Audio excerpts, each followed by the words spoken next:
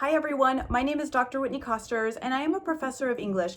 And if you have been asked to write a critical analysis or a research paper on a piece of literature and you're unsure how to do good research and find scholarly, reputable articles on literary studies, then stay with me for the next couple of minutes because I'm going to introduce you to three really important databases. My go-to is always JSTOR. This is an incredible digital library that has a treasure trove of academic journals, books, and primary sources. Think of it as a giant vault of knowledge. JSTOR gives you access to peer-reviewed articles, which means they are written by scholars and vetted by experts in the field.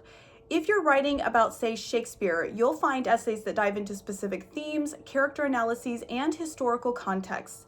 And because it's peer-reviewed, you know the information is reliable.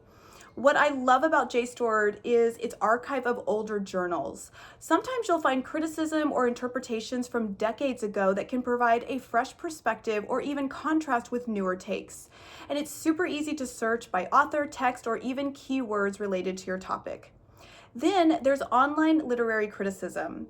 This category is a bit broader because it includes all sorts of websites and databases dedicated to analyzing literature. Some examples are resources from university English departments or specialized platforms like Project Muse.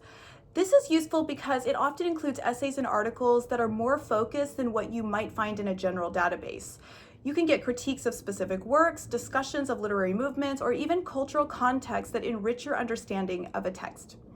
Be cautious though, because not everything you find online is reliable, obviously. Always make sure the criticism comes from a credible source like a university-affiliated site or a reputable journal. These resources are fantastic for finding niche discussions or interpretations that might not make it into mainstream databases like JSTOR.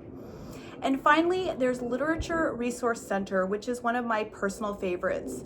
This database is specifically tailored for literature students and researchers. What makes it unique is the variety of content that it offers: critical essays, author biographies, overview of literary movements, and even reviews of works. This is especially helpful if you're starting your research and need a solid foundation. For example, if you're studying Toni Morrison, you can find detailed background on her life, summaries of her novels, and a wide range of criticism all in one place. It's also a great tool for discovering how a particular work was received when it was first published versus how it's viewed today. Now, the magic really happens when you combine these resources. Let's say you're writing about the theme of identity in James Baldwin's work. You could start with the Literature Resource Center for an overview of Baldwin's life and his major works, move to JSTOR to find in-depth peer-reviewed articles analyzing specific texts like Giovanni's Room, and then check online literary criticism to see if there are any recent takes or cultural critiques that add a modern perspective. By using all three, you're building a well-rounded, informed argument for your paper.